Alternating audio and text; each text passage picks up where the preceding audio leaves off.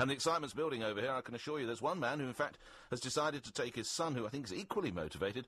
They're flying out this weekend, in fact, I think they go tomorrow, because they just want to be at the inauguration. It's Andrew Bernard joins me now. Good morning, Mr. Bernard. Morning, Nick.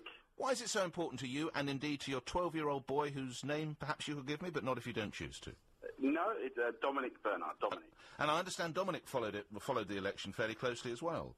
Yes, it's quite strange, Nick. I mean, we obviously followed the campaign through 2008, and then basically I woke on Wednesday, the 5th of November at 5 a.m, switched on the TV, BBC Breakfast News, confirmation that Barack had won. Tears welled up in my eyes, began streaming down my face, like millions people around the world. We finally realised But why? Why were tears? Why was it so important to you? It's all going back to do with the speech from Dr. Martin Luther King. I have a dream. Yes. America, the most powerful nation in the world, had finally elected a man not for the colour of his skin, but the contents of his character, Nick. Again, a question you can choose not to answer, but I feel on behalf of my listeners I have to ask it. Are you a person of colour? You're a black man yourself? Sorry, Nick, yes, I am. No, you don't have to apologise. You don't have to. Now, hang on. Don't try and lead me down that path, Mr. Bernard. You don't have to apologise for being black on this show, I can assure you. West Indian origin, yes. Okay. My parents are from Jamaica. I'm born here. And so do you suppose that added to the relevance and the history for you? Absolutely right. I mean, Will Smith was on the TV the other day, and he mentioned about the emancipation and everything. For us, it is all about that. But I mean, not to forget the fact that at the end of the day, the best person actually won the election. But for us as a race, it was just so important. And it was on the day that I booked the flights by 8 a.m, Nick. On the day the results came in, by 9 a.m, finally after an hour, I'd got a hotel, because obviously, it's just crazy at the moment to get a hotel. And then I was talking to my son, Dominic, and when I said to him, yes, I'm going, he said, oh, Dad, I'd like to go as well. And I said, are you sure, Dominic? He said, yeah. And then he mentioned that his school, Ewell Castle in Epsom, that they're actually doing a class assembly on the election, and he was playing the part of Barack. So, I spoke to the school, and obviously that, Yeah, well, it's history, so what a great opportunity. I know it's difficult, but why do you suppose it's so important to him? If we got dropped down a generation now to your son, Andrew. Yeah. Why is it so important to him? Well, it's like I was saying, I said to him, well, what is it you know about Barack?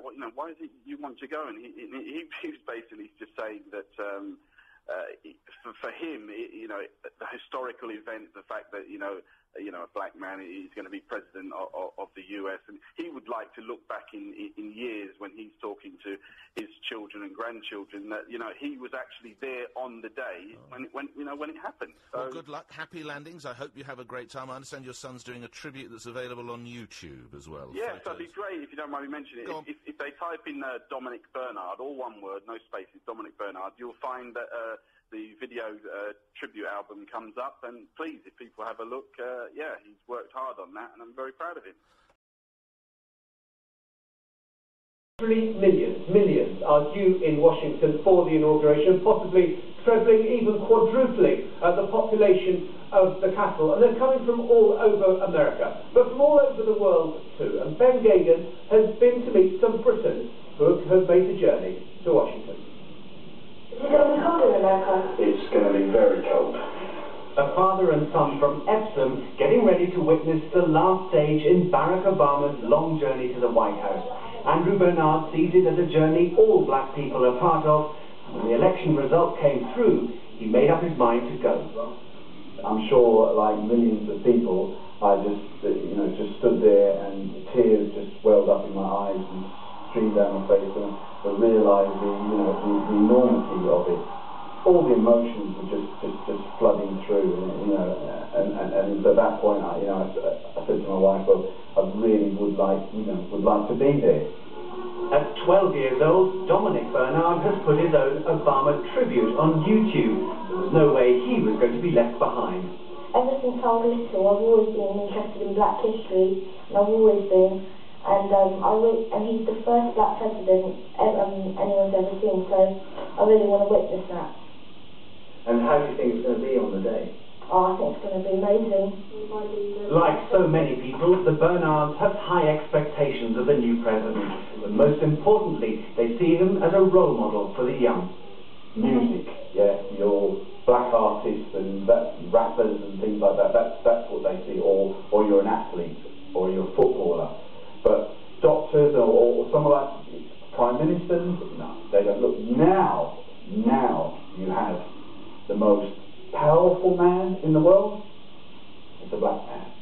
From Epsom to Washington, it's an unforgettable trip, but the Bernards know they're taking part in a much bigger journey. Ben Gagan.